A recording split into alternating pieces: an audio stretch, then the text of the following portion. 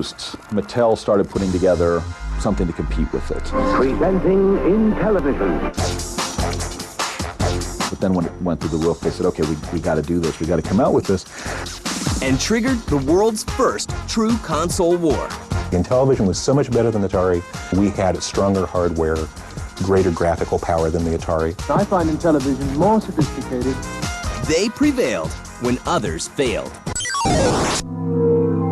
When the video game industry collapsed in '83 and everybody got out of it in '84, Intellivision survived. Intellivision was the one game system that kept going. This is the spectacular story behind Intellivision.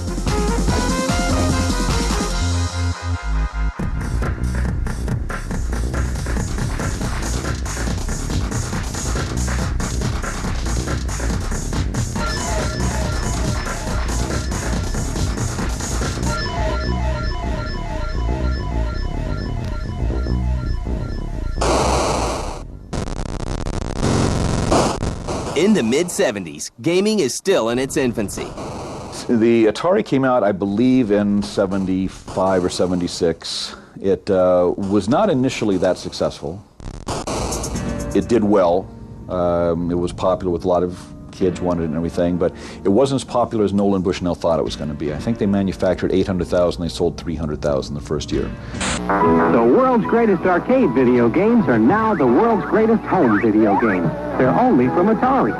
A company named Atari is king. Space Invaders was introduced, and then everyone said, oh, I want to play Space Invaders on Atari, and then suddenly it just went through the roof.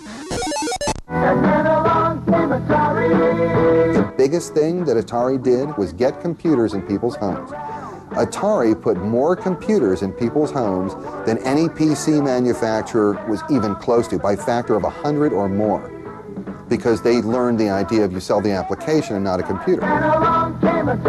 But a challenger to the throne rises from Toyland. Well, when Atari was first introduced, Mattel started putting together something to compete with it. But then when it went through the roof, they said, okay, we got to do this. We got to come out with this. Mattel creates an electronics branch called Mattel Electronics and introduces the Intellivision to a test market in Fresno, California in 1979. And in 1980, it's ready for release. Presenting Intellivision, the home video system from Mattel Electronics. Propelling the industry's first big console war. For the first time in the video game industry, there were two systems at one time that were out there competing with each other. Intellivision, the world's largest toy company, battling Atari, bought by Warner Communications. Boom, it's going to be a big business thing, big stock thing. Ooh, what's it going to be? There's a growing library of Intellivision programs to involve every member of the family. And for families, it was no longer a question of, should we get a video game system? Now it was, which video game system should we get? And now the sales for both Atari and Intellivision went way up. And so, boom, they're going up. I'm back to pass. Go for it, Dad. Caught it. The competition just became really intense. The toy company responsible for Barbie doesn't take their new gaming system lightly.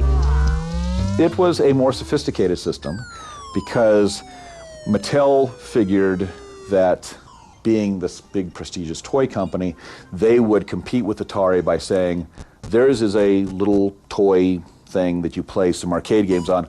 Ours is going to be a family educational and entertainment center. Intellivision can change your family's life.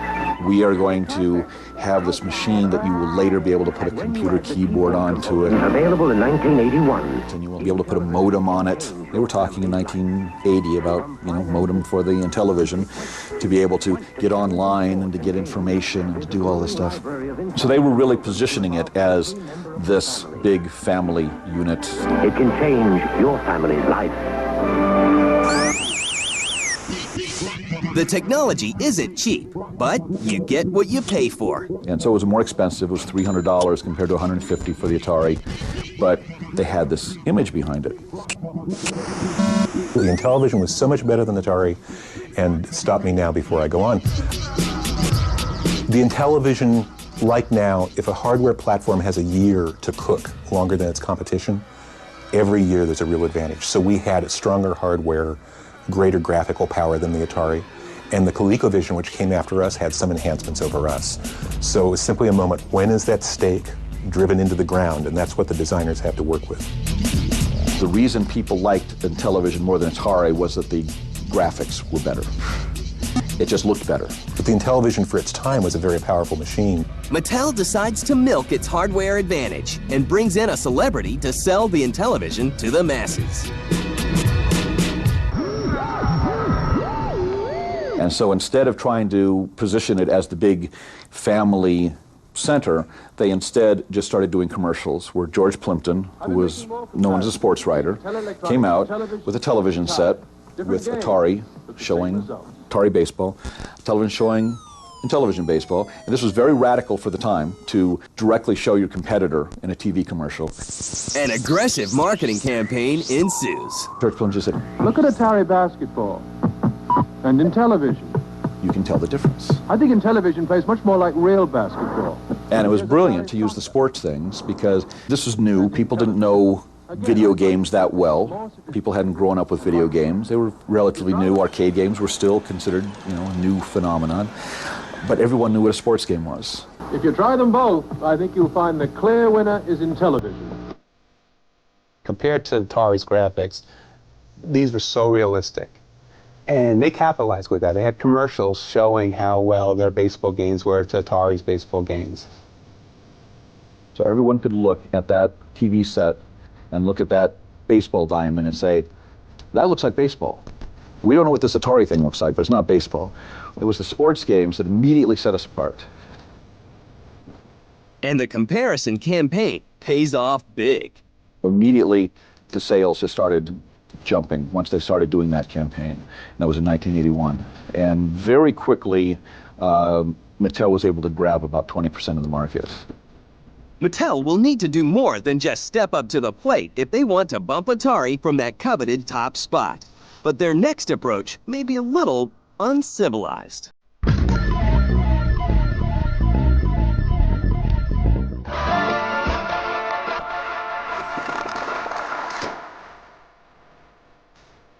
Sales of Mattel's Intellivision are great, and a big part of that is due to a library of quality games such as NBA basketball, NHL hockey, Astro Smash, and Tron Deadly Discs. On the Intellivision side, I'll name some of our favorites. Astro Smash is easily just a game that is the most simple game in the world, but just completely addictive. It's just a gun shooting up, asteroids falling. That's all there is to it. There were 3.5 million Intellivisions. There was 1 million Astro Smash. Some of the other games we've had for Intellivision, Night Stalker was a game that people after 20 years remember. One truly groundbreaking Intellivision title is Utopia. Utopia was a game that Don Daglow did. I'd gotten the idea from the combination of having been a junior high school social studies teacher and watching the movie Attack of the Killer Shrews. So I know that doesn't sound like it should go together. That's where the game idea came from. And Mattel wanted to have a diverse range of things in their line, and they took a chance and let me build it.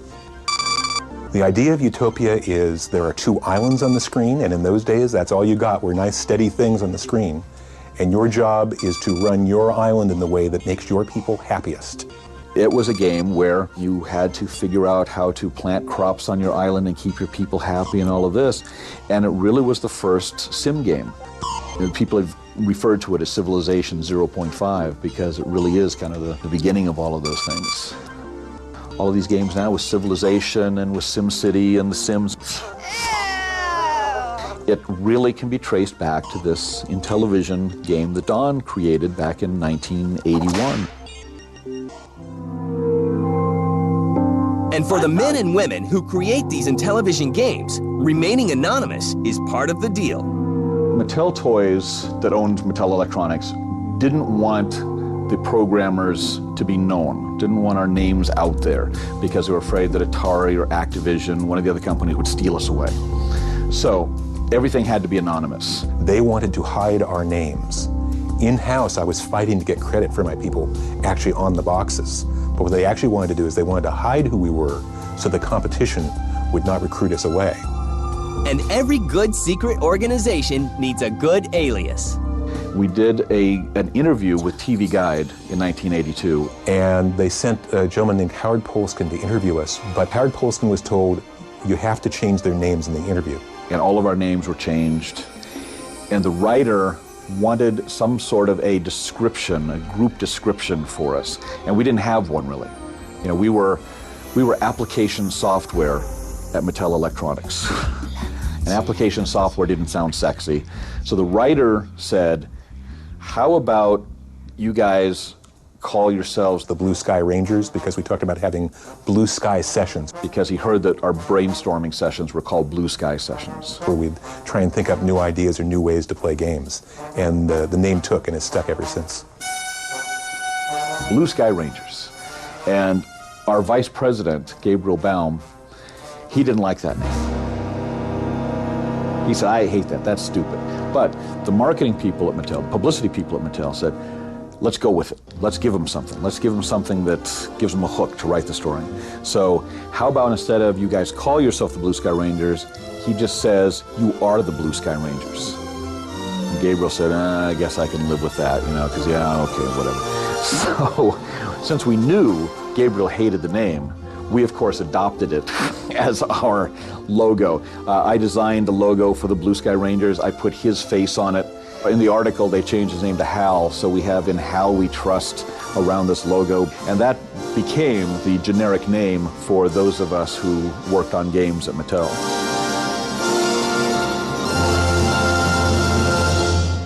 And as the years go by at Mattel, some of the Blue Rangers begin to move on. When the industry started, it was very strange because now we were getting paid to do what we loved. And we would look at each other and we go, what happens if they find out we do this for free? The best description that anybody ever did of what it was like to program at Mattel was that it was like living in a college dorm. There was always people there 24 hours a day, 7 days a week. So you could walk in there at Sunday morning, 3 a.m., shout out, anybody here? And somebody would pop up from a cubicle, yeah, I'm working. Most of them were single. Just about everybody was under 25. So there was a lot of socializing together. A lot of people became roommates. The relationship started and broke up. So it was a very intense time, not only professionally, but also socially with this group of people. And everything was such a frontier because there wasn't a large body of existing games. So if you got an idea, it was easy to have an idea that was new, that had never been done before. But despite more powerful hardware, better graphics, and a talented staff, the Intellivision sales still fall short when compared to Atari's. Television at first was competition. Unfortunately, that's all they had were sports games that looked really nice. But most of the games were two-player games, nothing that was really solitaire. And Atari had all these arcade games. Is that everything? It's not everything. You can get nearly 300 different copies, 300. And eventually, Mattel started releasing some arcade games, but they didn't have the licenses that Atari had. Here, Ms. Pac-Man. And Intellivision's arcade games were slower than Atari's. So eventually Atari won in that battle. Atari was the main player. Atari probably outnumbered all the other companies by probably 4-1, but that's off the top of my head. Discover a world beyond your wildest dreams. It becomes clear that dethroning Atari isn't going to be easy. So in 1983, Intellivision plans another attack and releases Intellivision 2. There are even plans for an Intellivision 3, but the blueprints are scrapped when the competition becomes too much. Over 430 games. The problem was there was just too much product out there. You have dozens and dozens of software companies releasing garbage. And of course, as more and more companies got in, there was more and more game supply and just not enough demand to support that much. There was too much product for store shelves. They had to start being marked down. Most of those games wound up being sold at $2 and $3 a piece at discounters. And here we are coming out with $30 or $40 products. No matter how good a game was, it was very difficult to sell a game for $30, $40 when you could go in for $30, $40 and get 15 games, even if they were all terrible. And Johnny's dad goes in at Christmas and he can buy him 8 cartridges or he can buy him 1 cartridge, and he says, well, I don't know the difference. I'll buy him these 8 that are in the front bin and wrap up more gifts for Christmas. And ours that were still frontline good products didn't sell. You have these third-party companies, can't sell their stuff, they're going out of business. Unlike the industry today, a third-party publisher who publishes a PlayStation game, Sony gets a cut of it. Back in 1983, if Activision did an Intellivision game, Mattel didn't get anything from it. What do? They dump all their goods at cutthroat prices. Now you can get games for $5. It was a very difficult paradigm for them to beat. And things are about to go from bad to worse. It was really the demise of the business, and we unfortunately didn't see it coming.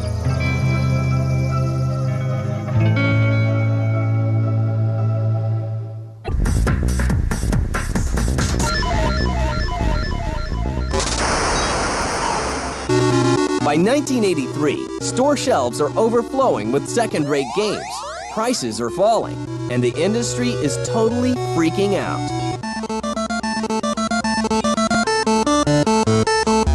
A lot of people just got burned. They just got tired of getting all these bad games. So that drove people away from video games. There were no checks and balances for quality in those days. So a lot of really bad games got out there in the early 80s. And so the whole thing collapsed. But even as everything crumbles around them, the Intellivision manages to stay on the shelves. When the video game industry collapsed in '83 and everybody got out of it in '84, Intellivision survived. Intellivision was the one game system that kept going. To keep the Intellivision selling, a bold move is made. The senior vice president of marketing for Mattel Electronics, Terry Valesky, looked at the numbers and said, there's still a demand out there for video games. Everybody's getting out of it, but people still want to play video games. So he put together a group of investors. They bought the rights to Intellivision from Mattel. INTV is formed, and the Intellivision lives on. The console that dared to challenge Atari's dominance ends up outliving it. They continued to make the consoles. They continued to make new games from 1984 through 1990. The company actually lasted till 1991. So Intellivision went through the entire decade of the 80s, which no other system did. I mean, Intellivision at the end was competing on the shelves with Sega. And of course, Nintendo. The steam eventually runs out, and INTV closes its doors in 1990. But Keith Robinson manages to buy the rights to all things Intellivision and keeps the legacy alive. He also becomes the unofficial record keeper. As Intellivision was going out of business, as Mattel Electronics was going out of business, I took all of the files. As people were being laid off, I said, I'm going to write a book about this. And so they gave me their personal files and they gave me all this stuff. And so I had amassed like 3 file cabinets full of material saying, okay, great, I'm going to write this book. But then, like I say, Intellivision didn't die, continued to work on it. And he directs his creative juices into another medium. In '94, I got really enthralled by the World Wide Web. I started setting up a website. I'll take some of this material that I was going to write a book, I'll put it on the web, see if anybody's interested in that. And the public reacts. 1,000 people a week were coming to read about Intellivision. And pretty soon I go, maybe there's still an interest in Intellivision. People kept emailing us and saying, is there a way to play these games on a PC or Mac? So Keith gives the public what they want, and Intellivision Lives is born. So myself, Steve Roney, who was another programmer at Mattel, we bought the rights back. So bought the rights to Intellivision, all the games, put together a product, Intellivision Lives, which lets you play most of the old games from Mattel Electronics, from INTV Corporation on the PC and Mac. The Intellivision Lives CD becomes more than just a collection of games. It becomes a part of history. Put it out there for sale on the web and have done real well. And there's been a huge interest in the games, and we're just trying to recreate that whole experience of what it felt like to be working on those games. They've come to the GDC pretty much every year to kind of keep the history of these old game systems alive and keep the roots of where our industry has come from on center stage. And I think that is important for us as an industry not to forget where we came from. First of all, for a lot of people, it was part of their childhood. So there's that special bond of childhood of something you played and enjoyed, especially if it's something you played with your brother or your sister or your friend. Well, I think it's nostalgia, you know? For me, they all remind me of you know, what it was like to be a kid, you know, and how pure everything was kind of back then, you know, and I think that what we see today with the PS2 and the Xbox, I mean, some kids are playing that now, and 20 years from now, we're like, oh, do you remember the days, you know? There's always a, do you remember the day kind of story, do you remember this game, or, you know, and it's just a part of the social fabric of life. The reason why Intellivision survived the crash in '83 was because it had loyal fans. Thanks to a renewed interest in classic gaming and to those who refuse to let it go, Intellivision literally lives on. They were games which were really handcrafted. Because we had a few months, one programmer, one game, you had a chance to really work on and polish your game. It's a very individual experience. One person was in charge of the whole thing, and the games were small, and it was just a thrill to work on.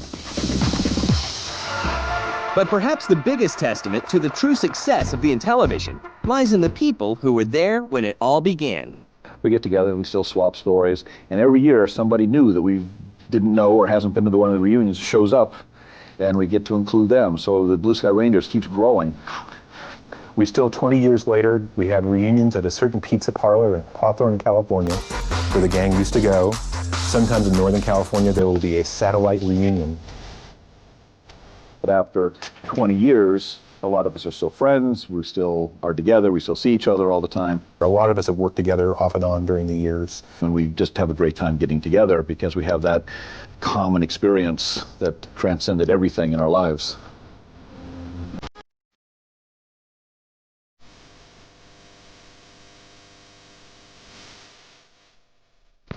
When it comes to space games, nobody compares to Atari. Excuse me, have you compared them to Intellivision? Intellivision? Sure, they've got great space games, like Intellivision Space Battle. I didn't know. And now there's Space Armada and the incredible Astro Smash. I didn't know. Here, compare for yourself. Intellivision Space Games from Mattel Electronics. Once you compare, you'll know.